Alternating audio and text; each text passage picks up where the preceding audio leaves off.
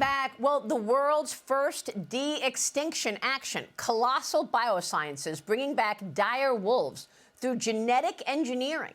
The company's work gracing the cover of Time magazine. Take a look. The company also cloning 2 litters of red wolves, creating a woolly mouse who has traits similar to that of a woolly mammoth, a long extinct animal the company is also trying to revive.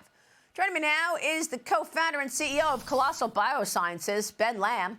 Ben, it's great to have you. This is like a wild story. Tell us how the process works. What are you trying to achieve here? Yeah, so thank you so much for having me. Colossal is the world's first de-extinction and species preservation company.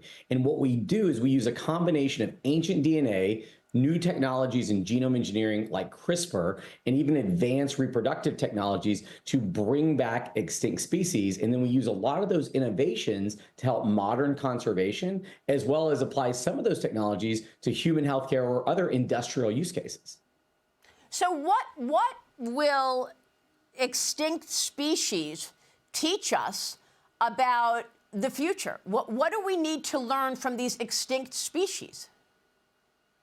Well, extinction is still forever, right? And so what we're learning, though, is that we're going to lose up to 50% of all biodiversity between now and 2050. So we need new tools in the loss of biodiversity kind of a race that we're currently in. And a lot of those same technologies can not only teach us about how to make animals and plants more adaptive to changing climates, changing environments like cold tolerant or heat tolerant, they can also help us restore, degraded ecosystems. So there's a lot that we can learn from the animals, but there's even more that we can learn from the technologies. When you actually do ancient DNA assembly and comparative genomics, looking at ancient DNA compared to its closest living relatives, in this case, with the direwolves being the gray wolf, we actually learned so much, and we actually developed tools that can be applied to cancer research or gene therapies for human healthcare. So it's kind of this dual purpose where we can help out and save existing species. We can bring back long extinct species and inspire the next generation to get excited about science. And every single day, Maria, we get like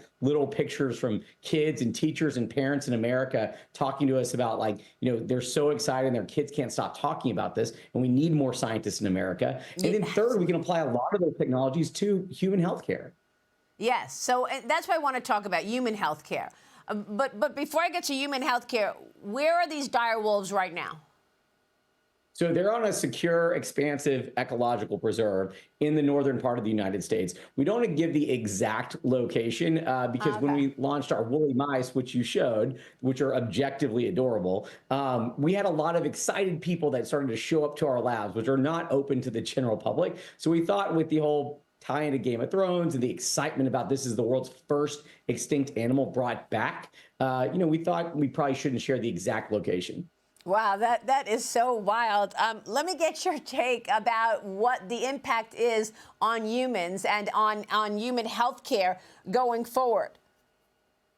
Yeah, so what people don't really think about is a lot of disease states are controlled by our genes or could be at least affected by kind of our genetic predisposition to certain types of disease states, right? And so most disease states are multigenic in nature, meaning it's multiple genes together. And so a lot of people have been looking at using CRISPR and a lot of these technologies to do single knockouts, like with sickle cell anemia, which actually can help cure sickle cell anemia. But the problem with that is because most disease states require multiple genes to be edited at the same time, our technology allows us to edit a lot of the genome at the same time. And so not only is this a major breakthrough and a world's first, in kind of this American triumph for biotechnology for animals, but it also has long-lasting applications to human healthcare, because as we get better with those technologies, that's more and more gene therapies that come available for us as humans. I mean, you've got your own Jurassic Park underway here. What about getting DNA and creating a new Tyrannosaurus and things like that? I mean, do you think about things like that as well? So there is no dino DNA. The oldest DNA that we use is about 1.2 million years old. It comes from a steppe mammoth, for our woolly mammoth project. But what we do get, the number one question, the number one request we get is dinosaurs. And so it's not possible, unfortunately, for the kids out there, it's not possible to bring back a dinosaur. because they went extinct 65 million years ago, and DNA degrades very, very quickly. But I think the dinosaur is the #1 request that we get at Colossal. That's unbelievable. Yeah, no, I'm not asking to bring back dinosaurs. Just to be clear here. Ben, this is an incredible company, and this is incredible work. We'll keep studying it. We appreciate your time this morning. Thank you. Yeah, thanks so much for having me. And to you, Ben Lamm joining us, Colossal Biosciences.